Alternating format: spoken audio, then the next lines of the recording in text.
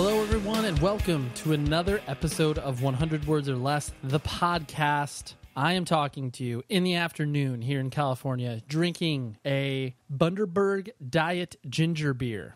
You guys ever had ginger beer before? I honestly hadn't had it up until about, maybe 4 or 5 months ago. Man, mind-blowingly good. I personally don't drink alcohol myself, but it makes me feel like I do, and I guess that makes me feel more manly or something. I don't know. Anyways, our guest today is Jessie Lee, who is an adult film actress. I guess that's like a politically correct term, or for a more, mature audience, she's a porn star. There you go. More on her in a minute. Our partner, propertyofzach.com. Visit the website. They just launched a record label. When I say they, Zach. He was a previous guest. Check out a few episodes back. I talked to him a lot about his life and how the site started, all that type of stuff. All the latest and greatest in what's happening in independent music. So go visit them. They will appreciate it and enjoy the traffic. And then you will benefit from all the knowledge that you get. It just makes you a more well-rounded person, okay? That's all I'm trying to say. Review the show. Go to iTunes, type in 100 Words Podcast, and then you will be able to do one of two things. You can give us some star ratings, or you can give us some nice words. Yeah, there's been 2 really, really cool reviews lately. One of them actually just tossing out some ideas. I'm like, yo, you should interview these people. And I'm finding more and more people feel compelled to share that, which is awesome, because there are certain people that I get a message and I say, yes, that would be interesting. So I immediately reach out to them. That's kind of what's happening with some future episodes. Dude from Modern Life is War, dude from Oh Brother, just to give you a little tease on some upcoming shows. And if you want some more internet wisdom, go to the website, 100wordspodcast.com. And I posted a lot of stuff there between the shows, because I post a new show every Tuesday for those of you that just haven't paid attention to that release schedule. On Wednesday, you're like, oh, let's pop on the website. Oh, cool. Here's this movie that I wasn't aware of, or here's this new record that I haven't listened to. So check that out, because people always enjoy recommendations, especially from someone you're like, oh yeah, they don't have a bad taste. Like I can get behind what they're throwing out there. And the editor for this episode is Tom Richfield, who I will be hanging out with in days. He lives in the UK and he's vacationing with his girlfriend. So I'm excited to meet him face to face. Before we talk about Jessie Lee, I want to talk about reunions. I'm fairly certain in a previous episode I talked about reunion shows. I think it was around the time that the musical outfit known as Refused announced that they were doing some shows. I mean, it's so pervasive now, where it's like, you have bands that are even, I would say, C and D level doing reunions, and it's fine. I have no problem with it, because I have participated in it myself, so I'm not going to sit here and throw stones. I think the thing that starts to make me personally feel uncomfortable when I look at other bands doing it, when it's just like a cut and dry payday. And to be fair, bands that got paid negative thousands and thousands of dollars when they were touring, and then, are able to kind of compensate themselves later on down the line, that's fine. I get it. Would I do that? I don't know. I mean, obviously, I've never been put in the position where it's like, hey, we will pay you thousands of dollars. But I have been put in the position where it's like, hey, we'll fly you to Japan. You'll make a little money off of it, like maybe $1,000, but it's more about the experience. But I've taken that, and I have enjoyed those opportunities afforded to me. But I've never had Coachella obviously come up to me and say, hey, I'm interested in paying you, $700,000 to play. But I feel that sometimes when certain bands come back, they come back in the wrong context, I guess, in the way that they, using a band like Refused, for example.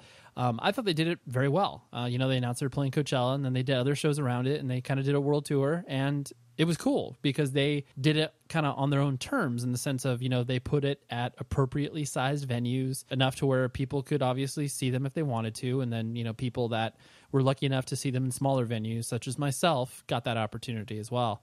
Bands that are kind of, I guess, setting up their own thing, I don't know. It's weird. It's continually confusing to me, and I don't even know why I bring it up, besides the fact that it's just on my mind. So I want to know what you, the listener, thinks of reunions, and kind of what makes you feel comfortable, what you think is bullshit, all that type of stuff. Because I don't know, I feel like I need to talk about it with a few people in order to really kind of solidify which ones I feel crappy about and which ones I'm like, yeah, that's good. I can get behind that. So yes, Jessie Lee. I can't remember exactly where I became aware of her, but it was just one of those things where porn has always been, I guess, present in my life ever since I was, 14 or 15 years old. Whenever a male finds out about the porn industry. It wasn't like through my dad's Playboy or anything like that. And this is going to sound really fucked up, but something that I've shared with a few of my friends, where my dad was very, I guess, sexually open to the point of where he said, "Hey, Ray, when you turn 18, if you still have your virginity, I will get you a hooker." Now, I don't share this story because I feel like he is a terrible person. He actually passed away a few years ago, so he can't even defend himself at this point.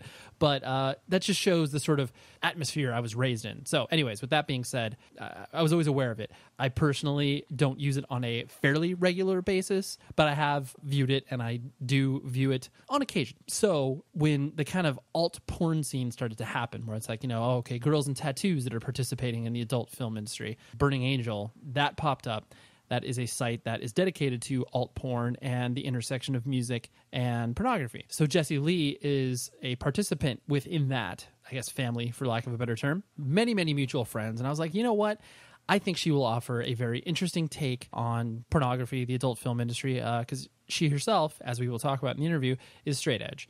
And so I don't know. I just feel like there's a lot of interesting things to speak about with her. So she was kind enough to invite me over to her apartment, and we had this nice in-person chat. Here we go.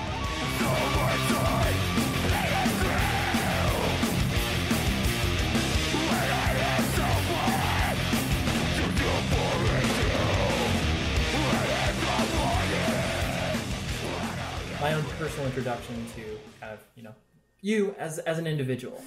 I mean, obviously, any healthy American male's aware of pornography that exists. Of course. Well, my ex-boyfriend, when I was 16, he was obsessed with not Jenna Jameson, Jamie Foxx, if you know who that is. Jamie Foxx. Sure. As I would imagine her name to be. It's not just going to be Fox. He was like obsessed with her. Right. And so she had a bunch of scenes with Jenna Jameson. Like, this was like 14 years ago. Right. Once I started to see the advent of, what Joanna was doing with Burning Angel and stuff like that, and kind of combining the sort of, alt lifestyle pornography, and then obviously... the one thing I love is that as long as the girl lives, in like an alt lifestyle whatsoever, like, she's more than welcome to be on the site, as long as she's hot. Right. So there's girls with no tattoos, girls with a bunch of really bad tattoos, girls that don't even listen to like metal or hardcore or punk.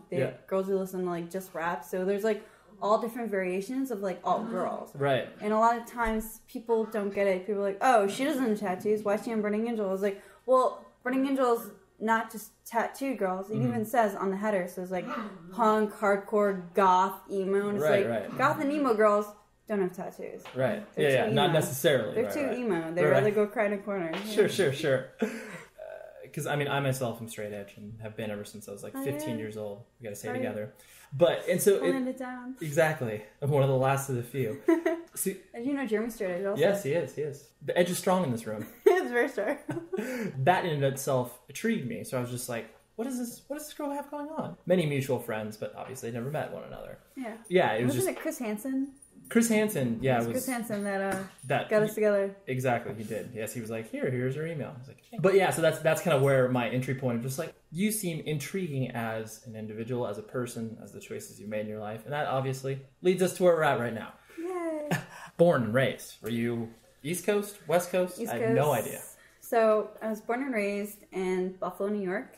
Buffalo, okay. For a couple years, I lived in Louisiana, Fort Polk, Louisiana, because my dad was in the Army. I was about to say, that makes sense. And my little sister was born there. And then we moved up to Buffalo, where I spent a good majority of my life. But you were born in Buffalo. Born in Buffalo, and then we moved to Louisiana for a few years, and then went back to Buffalo after my dad was out of the Army. Sure. And then just after I turned 21, I moved down to Frederick, Maryland, which is if you can imagine any small, super, super small town, that's Frederick, Maryland. Okay. That's actually where I met, she's a porn actress, Amy Sandemus. Okay, yeah. So I met her there. She was one of my first friends in Maryland. After living in Frederick for a year, I was like, I need to be in the civilization. So I moved to Baltimore. Okay. And then how far was Frederick? Frederick. Okay. Yeah, which was nicknamed Fredneck. Okay. Because tons of rednecks. Yeah. Everyone had like a redneck accent, which is crazy because it's like Maryland. It's like above DC, but it's like super redneck. I don't know if you're familiar with the comedian David Cross. He does a joke about like that accent you can have anywhere. You could be from fucking Bozeman, Montana, or you can be from Juneau, Alaska, and that accent is everywhere. So seriously, they have it in Buffalo too. Like in the South Towns of Buffalo, like out in the South Towns, like by Walmart. Yeah. You can basically take a survey around a Walmart. Like, right by Walmart is where all the rednecks are. Right. And there's lots of Walmarts in Frederick. Okay. So, you know. And in relation to Baltimore, how far is that?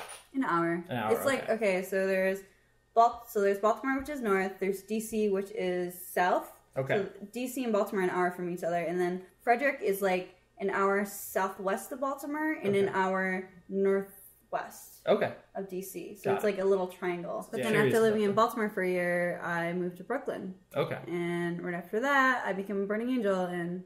Got it. Yes, and then we'll get to that. 6 years later, you know. So what was your family structure like? So it was just you at the beginning before your little sister was born? I have 2 sisters. Okay. I have an older sister and a younger sister. Got it. So. And was both your father and your mother were present when you were born and brought into the world? And yep, they were. And are they still together? No. Okay. They divorced about a decade ago. For the better? They're having issues. And, he's like remarried a couple times. Got it. One of those. He's right now he's a born again Christian. Oh. He became one of those after my mom and him split up. So that was fun. Yeah, lots of fun. He gave me a Bible one year for Christmas, and one year, I threw it out. Right. In front of him. No. Or just like just not interested in his dad. He does know I have God-free tattooed on my hand. Right. So.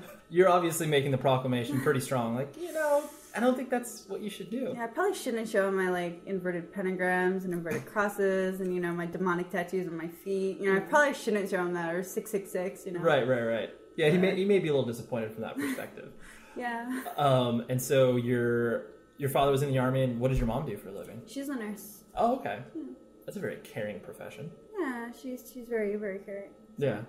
And so then like you said, you obviously moved down to Louisiana, and then say most of your formative years were like in Buffalo. Like that was pretty kind of when you started going to junior high and high school and stuff like that. Yeah, I pretty much grew up in Buffalo. I went to a normal high school for my freshman year. Mm-hmm.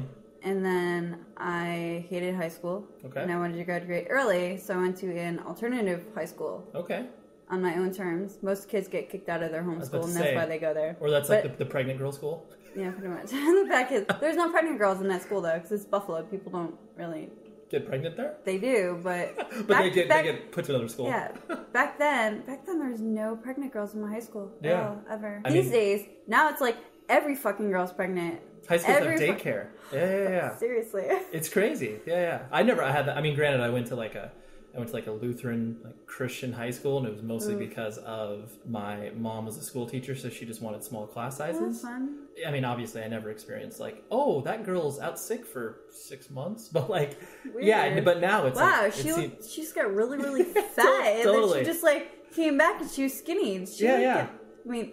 These days in LA, could be like, oh, she got liposuction. It could be one of those. Totally. That's funny. That's funny that you... I actually went to a Catholic school for kindergarten, first and second. Okay. When in kindergarten, my mom would bring me to school, and I would run out crying after her. I'd be like, Mommy, don't leave me! And I'd like cry. My teacher had to bribe me with stickers. Was it just because you were like, I don't want to be with my parents, or like, I just don't feel comfortable here? I don't know. I mean, I know it's hard to reflect upon your kindergarten. Mommy! I think it's just because I was such a mama's girl. Right. So that's you would define yourself. You got along with your dad, but you were like, yo, my mom is where it's at. Yeah, my mom is my hero. I love her. She gets me through everything. She's the rock. She totally is. That's awesome. You have remained close with her through the divorce, and your father is just kind of checks in occasionally, so to speak, or you keep in regular touch with? Well, just recently we've in the past few years we've become close again. But for a while I fucking hated him. Sure. So, he's changed a lot. After his second divorce, he changed. So he's on his third wife now, or he's currently single? He has a girlfriend right now. I don't. It's hard to keep track. I don't really know. No. I mean, I was just like my father. He dates more than I do, and he's 50. All right, he's in his 50s. He's almost 60. My dad was on his third marriage, but he passed away 2 years ago. But it was one of those things where when he told me that he's getting married the third time, that's cool. Tell me in 5 years once he really sorted it out. I mean, third time's the charm, though, right? He probably made that joke to me at some point, just because I was like, "Oh, God, Dad, that's kind of awesome." I will not believe you until you actually really tough this one out for longer than fucking 2 years or whatever." And so when you started to go, like you said, you hated high school, and so you wanted to get the fast track out of there? Yeah, but then I was, at the alternative school, and I wanted to, fit in with the cool kids. Yeah. So I just started slacking, and then got held back for a second sophomore year, and I was like, fuck this. So I dropped out. Really? And got my good enough diploma. Okay, good. Your GED, as they say? Exactly. Why have I never heard of that? I mean, I've heard GED, but I've never heard the good enough. Really? Yeah. I've been using that for since I got it. That's spectacular. I love that. Over 10 years ago. Well, at least you got that, though, because obviously it's like you see certain people. I mean, it really does take an effort to not graduate high school in the sense of I understand your experience where you're like fuck this, I'm out. Yeah. But to actually go through all 4 years of high school and not graduate, that I don't understand, because I don't get that either. Grades are kind of given to you. My older sister dropped out in her senior year. Senior year. Oh my god, so and close. She got her GED. But right now she's getting all these bachelors and masters and the higher masters and stuff. Yeah. What? Yeah. She works for McDonald's. Really? She works corporate for McDonald's. Holy I'm like, shit. what the fuck? In Chicago? No. Because I think that's where their headquarters are. She doesn't work at their at the headquarters, but some satellite office or she whatever. pretty much overlooks all the McDonald's in her area. Oh, okay. Crazy. Nuts. But when you were in high school, your parents were still together, correct? Yes. And so No, actually, they split up towards the end of... when I was 15. Oh, okay. Yeah. So freshman, sophomore year, or whenever that when I went to point. the alternative school. Right. Pretty much. What a coincidence.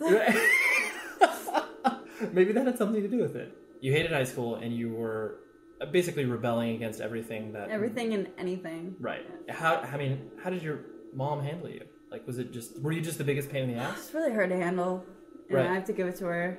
I mean, I was such a fucking shit. I was such a little shithead. You just talk back and just the worst. Yeah, her and I would get in fights. I remember the one time I was in this old house where we still had radiators. Okay. And I remember screaming at her, and I because it was she just started dating again after her and my dad divorced. So it was I don't know why, but I was calling her a slut and all this stuff, because 15-year-old. Sure. I was on a lot of drugs. It happens. So. So you were rebelling in every sense of the term. Every sense, yeah. And then I remember my mom, she grabbed me by the back of my head and slammed me into the bathtub. Oh my god. And I got up and she slammed me over the radiator and started hitting me. I'm sure.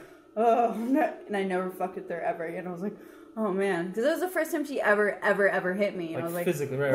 Okay, alright. Right. So I learned. So I feared her. Right. Which is what I think is wrong with the youth of today. Children do not fear their parents. Sure. So they need to fear them. So I think there needs to be some element I think it shouldn't be against the law to beat your children if they need it. I think the way that you're saying it... Discipline them strongly. Right. Yes. Physically discipline them strongly. Beating a child, that could send some red flags for people. That terminology, but I understand what you're saying. I guess wrong. But your point is well taken. Yes, there are definitely, the idea of corporal punishment where, I definitely remember getting spanked in elementary school and not thinking twice of it, just being I'm not gonna fucking do that again. Exactly, and you learn not to do that again. Mm-hmm. Kids these days push buttons. It's true. Kids are so fucking disrespectful. Right. So disrespectful. Yeah. I fucking hate kids. Sure. We'll hit on that later.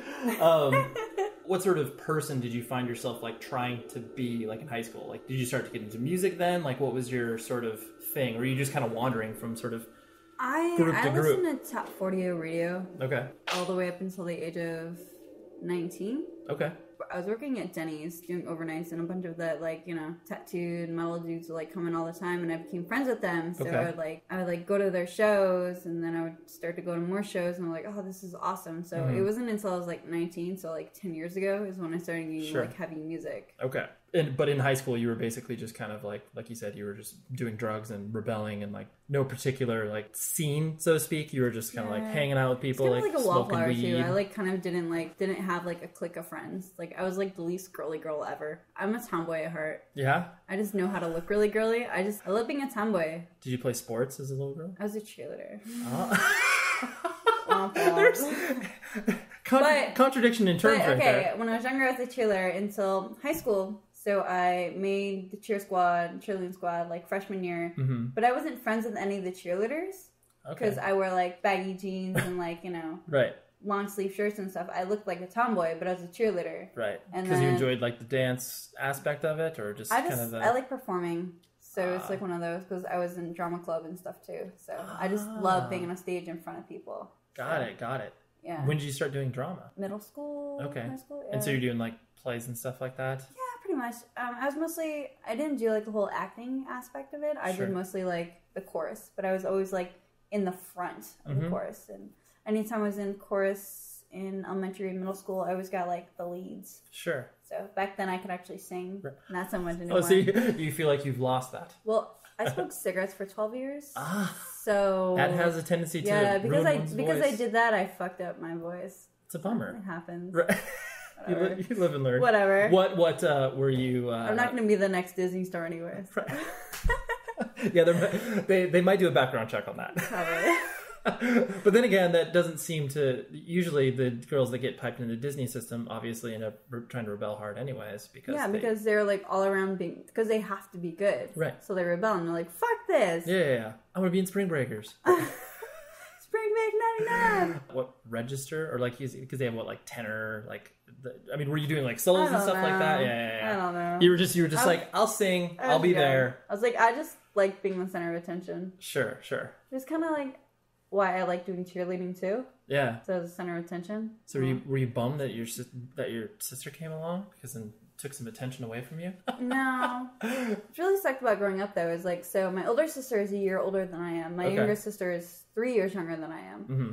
So all of my sister's clothes, because I was very, very poor growing up. Okay.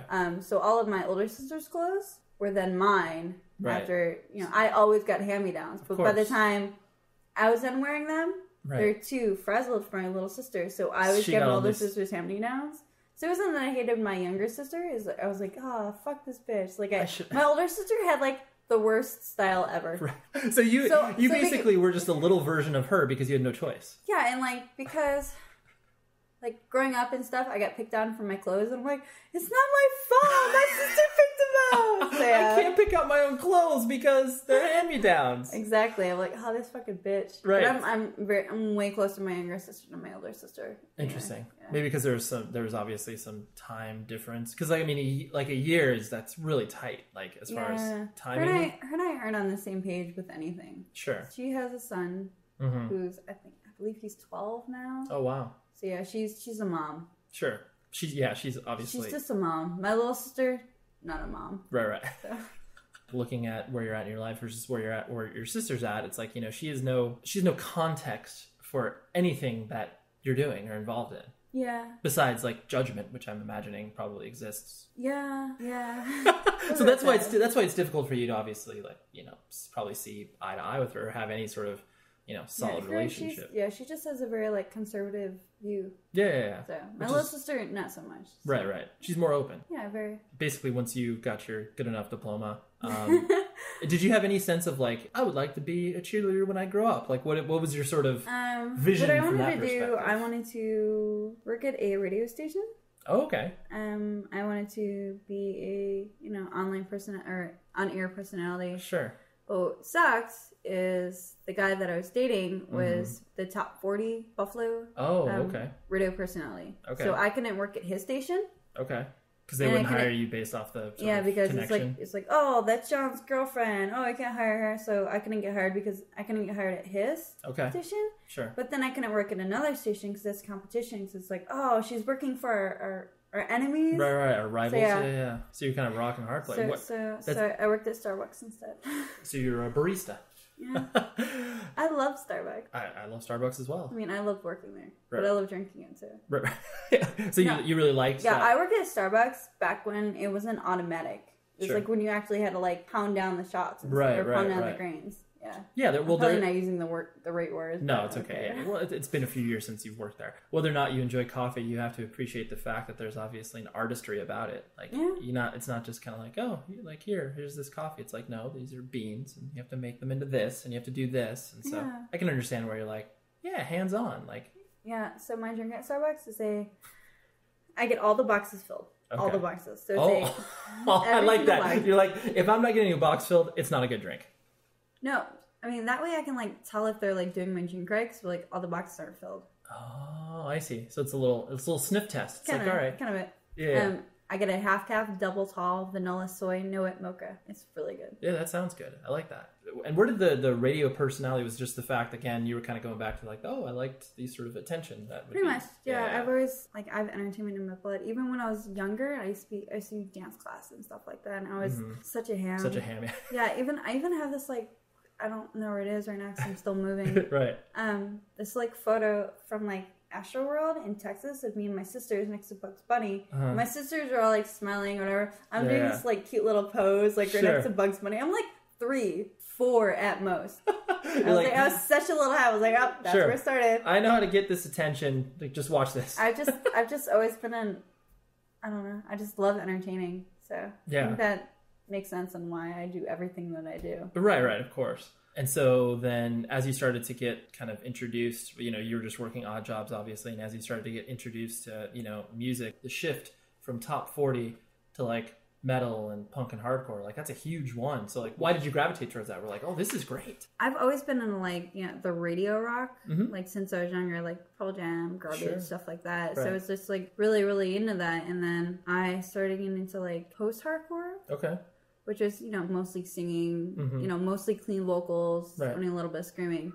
So I started into that, and then it just progressed. And so because you said like, so you're 19 working at Denny's, and like the metal dudes kind of sort of introduced you to that, like, or what was so cool about that you were like, oh, well, I'd already started, like, when I was younger, I used to go tanning a lot and dye my hair like super blonde, kind of like the way I am now, but without tattoos. Sure. So I just stopped tanning, and I stopped dyeing my hair blonde. I would just dye it dark. Right. So then I started wearing a bunch of like studded bracelets and like gradually changing my style to more like rock, more metal. So I like them more. So that's why. Yeah, it kind of spoke to you. Yeah.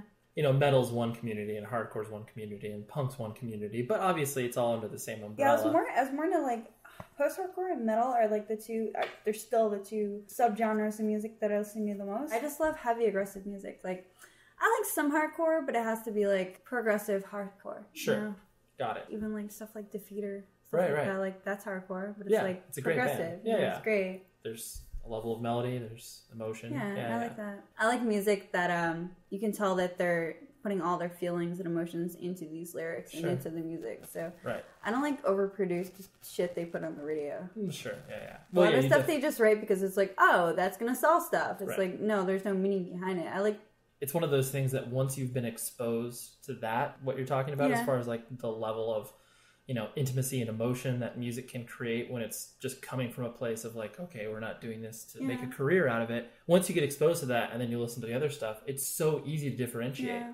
Or even like music that doesn't have to do with their own personal experiences, but it has to do with the story. Sure. If they can tell the story with such passion, all about that. Yeah, sign me up. Yeah, like Defeater. Yeah, it's a great band. It's always a story. Totally. Every single album is a story. It's awesome. It's planned from the beginning, which is even crazier. It's like the band they just know what's up. It sounds like the move to Baltimore was kind of like your definitive step into like the world that you know now, like in a way. Like, so I mean, totally like scene looking. Like have like crazy scene hair. I look like a scene kid. Yeah. Did you find yourself being like, were you a MySpace celebrity? Were you any of these other social networking platforms? Like people started to pay attention because like, oh, hot girl with crazy looking stuff going on. Like, did that ever happen for you? No. Okay. Just curious. I mean, because it's one of those things. I had like 3,500 friends on MySpace, and I was like, oh, that's so much. Yeah. But then it wasn't until I started like modeling, like with my clothes off, that people actually started like, oh, it's that girl. Oh, that girl. Got it. Yeah. Well, because there's obviously, I mean, in that age of MySpace celebrities, it was definitely like your people that really took it seriously, like people that really were putting themselves out there and being like, all right, I got to get more friends. I got to have, I got to hire a person to add more friends each day. It's like, holy shit. Like Janelle Fidelity and Calcor. Yeah. They're my friends still. Yeah, for sure. Yeah, I love them. Right. And so because I mean, obviously like you said, entertaining was always in your blood, but obviously making the leap from being like, okay, like I like entertaining to the idea of doing pornography, like that's a huge. Well, I was working at Starbucks and I wasn't making much money, and a lot of my friends in Baltimore, as Starbucks don't make much money because it's minimum wage or $8 an hour, right, something retarded like that, right. So a bunch of my friends were stripping. Oh, okay. So I was like, hey guys. can you help me out? I really want to make the money that you're making because I want to make the amount of money that I make at Starbucks in a month in a night stripping, which is what I did. Right. So I was a natural, so. Right. Well, yeah, obviously. I mean, the idea of stripping is obviously like that.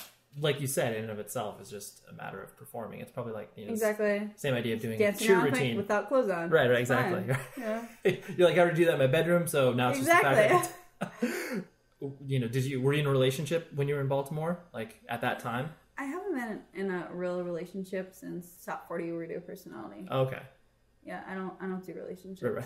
I've gone on dates, but not relationships. I casually see guys, but after like a month, it's like I'm done. And is boredom on your part? Not always the case. I just a partner, whoever that may be, has to be comfortable with the idea of you doing what you're doing. And a lot of guys aren't. I mean, I'll be honest. We won't say a lot. We'll say the majority of mankind is not comfortable with what I do. This is how I imagine it going. Like it's like a knee-jerk reaction. Like say I am courting you, and I'm like, oh yeah, I'm into Jessie. Like I could theoretically talk myself into the idea, like I'm cool with that. And then like 2 weeks into it, I'd be like, no, wait a minute, I'm not cool with that. And I imagine that's like the last boyfriend I had was like right before I became sober. So it was like really long time ago. Sure. But we were dating, and he knew he was like the last boyfriend I had. I've only had 2 boyfriends in the past decade. Right. I'm sorry. Since me and my ex broke up like about a decade ago, I've only had 1 boyfriend. Okay. And it was for 4 months. Okay. But it's only because so when we first met, he knew, I told him who I was or whatever, and like he looked me up and stuff, and he like found photos of me, stuff like that, and he like would like jack off to like my photos and stuff. Like I would find them like I'd go in his bedroom and like his little like end table was like, what are pictures of me doing in here? He's like, oh, I use those. They're my material. Right. Yeah. So after we were dating for a couple months, a lot like I wasn't filming while I was dating, like when I first started dating him. Sure. But 2 months later, like all of my stuff that I filmed like months previously to dating him started coming out, and I started getting box covers, I got nominated for like best DP sex scene in 2009. Sure. So, he felt a little weird about that, and he wanted me to quit porn. Sure. I imagine that's, like I said, most of... So, yeah, I don't do relationships. Yeah. I can understand that. I can understand the... I like my long-term booty calls. Right. Like Dave Navarro, my long-term booty call. I love him. He's great. I've literally been sleeping with Dave for over 5 years. That's great. And then my friend Jorma is also my other long-term booty call. That's good. Awesome. Yeah, it's just like, that's all I need. Literally, that's all I need. Right. When they're both home from tour, I see that. Yeah, it's like, hey, how's it going? Right. The and sorry, I'm jumping around here, but the idea of it's like when you became sober, it sounds like one of those things where it's like, you're a very extreme person in the sense of like you do one thing and this is fucking it, and then you go to the other side and then this is what you are. That's why I had to become sober. Right. It was out of control. Yeah, I was a fucking parent. Because I moved from Baltimore to New York City. Okay. And I just became a Burning Angel. Burning Angel is like a New York, New Jersey, that's where they are. It started, So I met a lot of club promoters and DJs and bartenders, and I was drinking 6 nights out of the week. Not even like just drinking, but like fucking wasted. Yeah. But like on shitty vodka, and I was like, oh, fuck. Yeah. I was like a train wreck, and then I started like every Tuesday, me and my friend would go to this one bar, and I would pay for it, but I would get a 50 bag of Coke and like do that, and I'm like, oh shit. Yeah, I was a mess. I was a fucking hot mess. How old were you? Like early 20s? I was 24 when I. What? Okay, I moved. What sort of prompted that? I moved to New York City in July of 2007. Mm-hmm. And then my birthday was in September, and that's like when I started like meeting everyone. Okay. And then by January, I was a fucking mess, hot mess. Girls that like move to LA and they're like really, really young, and they turn into these fucking like hot messes, and they like do a bunch of drugs and like get fucking wasted. I'm gonna be an actress. That's what I was. Okay. In New York City, but New York City's like 50 times bigger, like with people wise. Well, and it's 50 times more things to do. So and it's also in a higher concentrated area. Yeah, so it's like the girls that are here that like become hot messes. Like I was like 10 times worse than that, and I was like, oh. So it wasn't until I woke up and I was like, oh man, I really want a shot of fucking Jameson. I was like, oh, I can't do this anymore. Really? It's amazing that you were able to have that sort of Oh, it was wherewithal. hard. It was hard. It was really hard to quit because, Well, I'm sure. I had a lot of bar friends. Right. As in, like, not friends who want to hang out, like, have dinner, and they want to, like, get you wasted with them. The Right. bar. Right. I had a lot of those. So I had to, like, literally get new friends. But it's okay because it's New York. Right. There's a lot of friends there. Yeah. But so if, what I'm saying, for you to have the wherewithal in your own head to recognize that, like, oh shit, I'm pretty fucked up. Like, this needs to change immediately. Especially, like you said, if you were obviously already that far, like, gone. Yeah. For you to be able to recognize that. But that's good that you did. Yeah, nobody told me that I was a hot mess.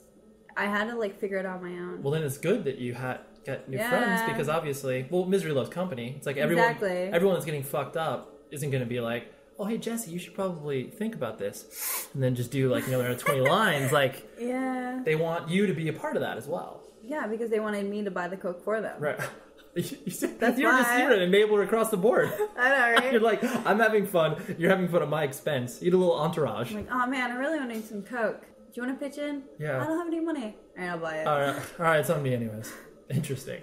The idea in and of itself, like the, straight edge and pornography, like those are two separate worlds in the sense of like... Well, I started doing porn before I claimed edge. In and of itself, because obviously people could look at something like straight edge and be like, oh, here's these, goody two-shoes people or whatever. And then obviously there's the idea of, pornography, which is like clearly like no one can look at that and be like, that's something that's easily applied with like straight edge, That's honestly what interested me. See, here's the thing. Okay, so porn companies are supposed to, showcase, girls and the scenes as like these super like promiscuous, like raunchy sex scenes. Yeah. But a lot of people that have like seen my scenes, I work with literally the same handful of guys. Mm-hmm. I've worked with literally like maybe like 8 guys in over 5 years. Sure. I work with the same guys every single time I do a scene. So it's not really promiscuous. And And one, it's tested, like so it's safe. Of course. 2, well, it's a job. Right, it's a business. So, right. People just don't get it. People are like, oh, you're not edge, you do porn. I was like, oh, so you fucking dudes behind people's back is like better than what I do because you probably caught something. I don't. Do people target you based off that fact? Have people literally said to you like young kids do? Sure. But all of my friends who are like around my age or in their 30s or who have been like edged longer than these fucking kids who like say that I'm not edged. Sure. Like my tattoo artist, like he's been edged for like 21 years. Right.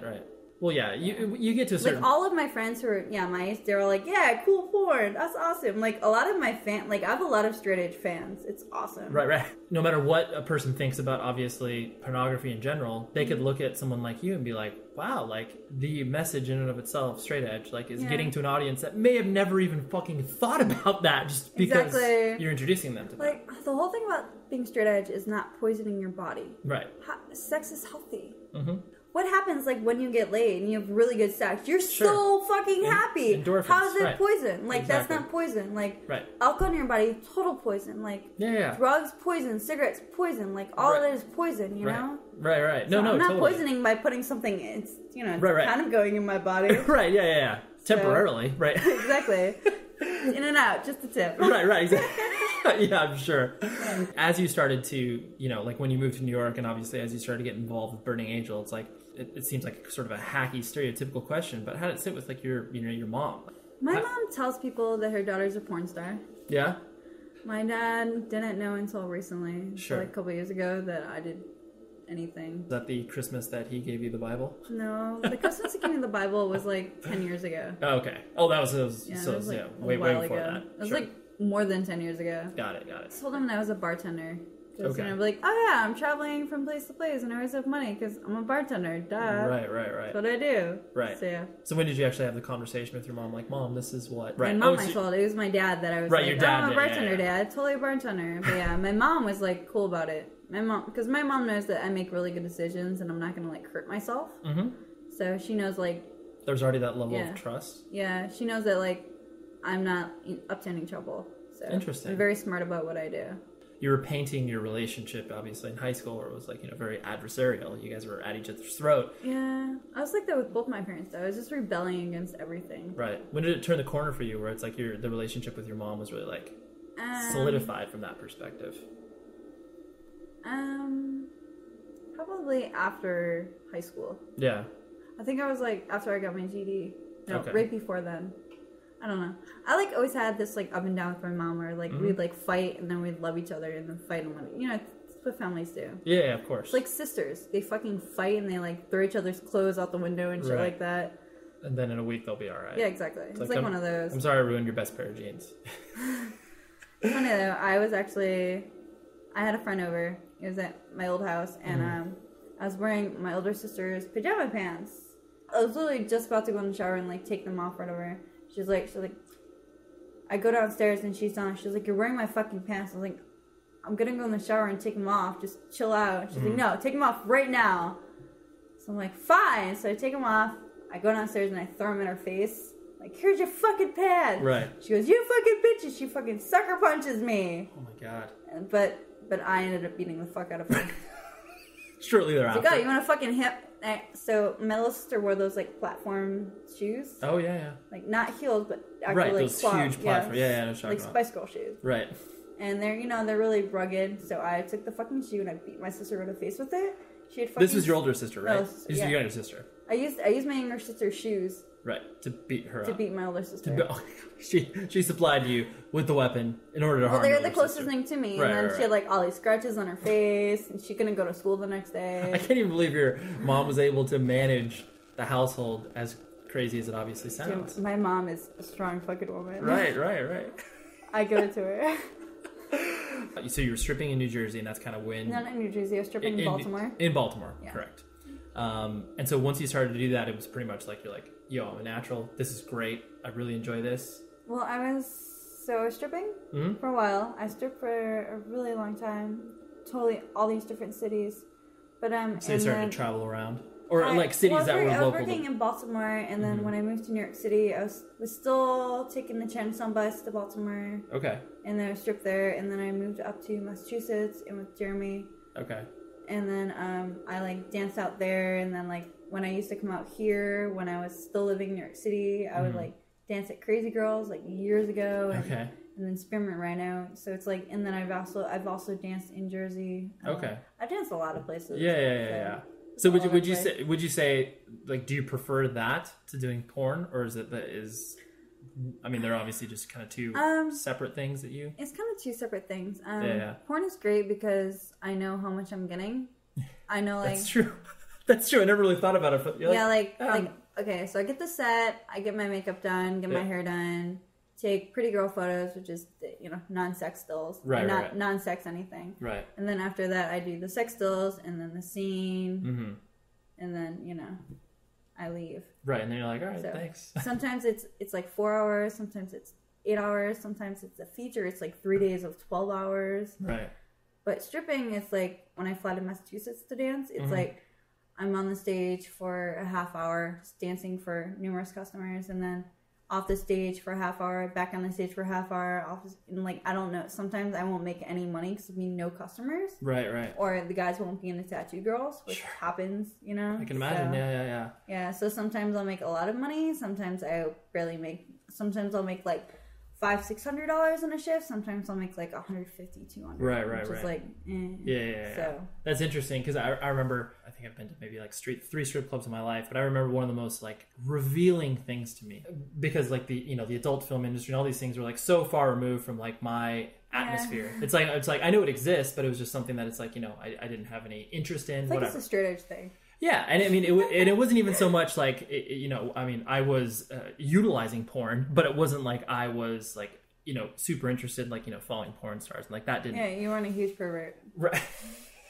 You can say that. And so, but I remember going to this strip club in Costa Mesa called Ecstasy, and it was one of those things where it was like, I went with like old high school friends, and it was just, I was like dragged. I was like, dude, I don't even think like... Because, I mean, obviously there's a lot of strip clubs that are just fucking sad. You're just like, these are hollow shells of women. Like, just, I mean, you know what I'm talking. I'm sure you've seen maybe a few where it's like... That's how it is in LA, though. Because it's so hard to make money out here. Yeah. Unless a lot of girls... That's why I stopped dancing out here. Because it's so hard to make money if you're not doing extras. Sure. Like, no, I really don't want to jerk guys off for $50. I'm okay. Thanks. Yeah, like, thanks. Thanks. I mean, I sat up front once and, gave the girl a few dollars, but then I was sitting towards the back and was just hanging out. And then so obviously the girls were coming around trying to get lap dances. I remember this one girl just like sitting down, kind of rapping with us for a few minutes. And I was pretty straight up. I was like, I'm not interested in what you're trying to sell me currently. Like, and I didn't say it like that. I was kind. But my two friends left, and then she just continued to talk to me. And it was like, I could tell that it was just like, she wasn't hitting on me. I wasn't like, it was just a normal real life conversation. And then guys would come over and be like, oh, hey. And then so she would go give them a lap dance and come back and talk to me. And like from that point on, it really like crystallized in my head where it's just like, oh, like she's clearly a normal girl. She goes to like Orange Coast College. And like before that, it was just like this mythical creature of a porn, not like she was a porn star, but like that. I think that's the common conception that most people have. And like, I'm sure. Although a lot of girls are hollow shells from my own experience. And that's all you can speak from. Yeah. Just, or some girls are like super, super, super big hustlers. Like they're super cutthroat. So like, I don't really talk to LA strippers. Right. I have some friends who are LA strippers, but for right. the most part, it's different though, because when I first started going to strip clubs, I lived in Buffalo. I grew up in Buffalo, so I'd go to the Canadian ones when I was 19. Oh, okay. They were the best fucking things ever. They're so magical. I was like, this is the best thing ever. Yeah. Right. Yeah, the Canadian strip clubs are like literally the best ones. Interesting. Yeah. Go to a Canadian strip club. But it has to be like Ontario. Montreal, but that's, yeah. Yeah, it's Montreal though. That doesn't really count. That's not really part of Canada. Right. They are trying to secede. The parallels that I also draw, like in between obviously like what you're doing, like how you've built, your essentially, your career up. Yeah. It's very similar to obviously like what bands do from the perspective. It's a very DIY mentality. It's like, you have built yourself to be like, okay, this is my corner of the market. This is what I do. And it's like that's also something that is, most people I don't think would notice the easy comparison between those two, that at least I see. In my own experience, most of my friends are either in touring bands or work for touring bands. Like they're touring, but that's who I get along with the most. Like, because porn stars and rock stars, super similar, because they have like stage presence. Right. When they're on stage, they act a certain way. When they're around fans, they act a certain way. Like same with me, like when I'm on film or when I'm like at an event or something, I have to act a certain way. Sure. The way I am on screen is now how I am like in person. Like, right.